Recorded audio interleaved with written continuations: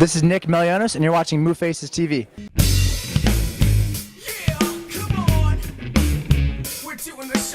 I'm Sarah Milstein. I'm the co-host of the Lean Startup Conference. This is the third year that we are doing it in San Francisco, and it has doubled in size since last year, just in the attendees alone. Some of the other numbers are, well, are vanity metrics, but they are things we're pretty proud of. Yeah. They call that sustainability, actually, not vanity, so it's not too bad. There you go. So yeah, could you mind describing exactly what is the Lean Startup methodology? What are kind of the key principles? Right. So Lean Startup is really about rethinking how you approach your business problems. And instead of saying, we know the answer, we've got a product, we've got a process, we know how it's going to work, we're going to put a lot into it and launch it, in months, in years. It's instead saying, there's a lot of risk in business, and there's a lot we don't know. So let's do the things we can to take the risk out of it by learning early on what works and what doesn't work.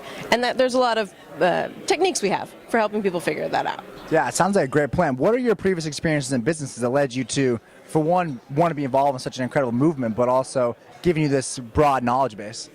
Right. Well, it's funny. The Lean Startup movement is very closely associated with tech. So I have certainly worked for tech startups where we spent, a year, 2 years building something that was very complex and beautiful and that nobody used at all. So that's the sort of thing when you've done that more than once or even once, you start to think, oh, okay, there's got to be a better way. But I would say one thing that I find interesting about it is that in almost any business, and I've worked in lots of other businesses, where, you find yourself writing books that nobody wants to read. You find yourself putting on conferences that nobody wants to attend. There's almost no business where you couldn't build something that nobody's going to be interested in. And, one of the things I find exciting about this movement right now is people are finding ways to apply the ideas across sectors in all kinds of products and processes. That's unbelievable. And so what do you love most about your work? Well, in this case, this conference was a lot of fun to co-host because it was the right year. Eric's book published since last year, so people were really excited to come and learn more. And I've worked on a lot of conferences before, and Eric and I have done some other projects together, but it was the right year for us to do something that we could make a lot bigger together. And it's been a lot of fun working on something that people are just, we're getting that great customer feedback all the time that lets us know we're on the right track. Absolutely. Love it. And so, Sarah, here's your chance right now to say, if you could give, what would be one word of advice you'd like to say? I wouldn't say do it in one word, actually. It may take more than that. We don't want to keep it too lean, but let's tell what's something that people can take away from this kind of event, but also your experiences in business in general.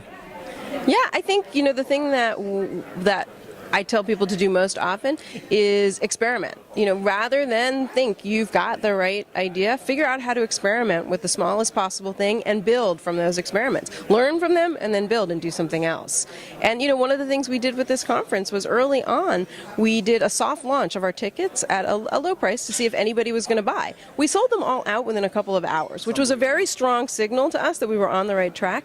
But if we hadn't sold them out right away, we would have done a whole bunch of other things before we started putting more tickets on sale. We would have signed more speakers. We would have made sure that the venue was more appealing. We would have talked to a bunch of customers to find out why they weren't buying. Right. And we didn't have to do that in this case, but we had the tools. And that's what I would say, use those tools to learn, to experiment, and build from there. That's perfect. Thank you. Yeah, and here we are again. Thanks again, Sarah. I really appreciate it. And, we look forward to the rest of the event. Thank you so much. Thanks again. Appreciate it, Sarah. Thank you. Yeah, you're welcome. Yeah, absolute blast. Oh.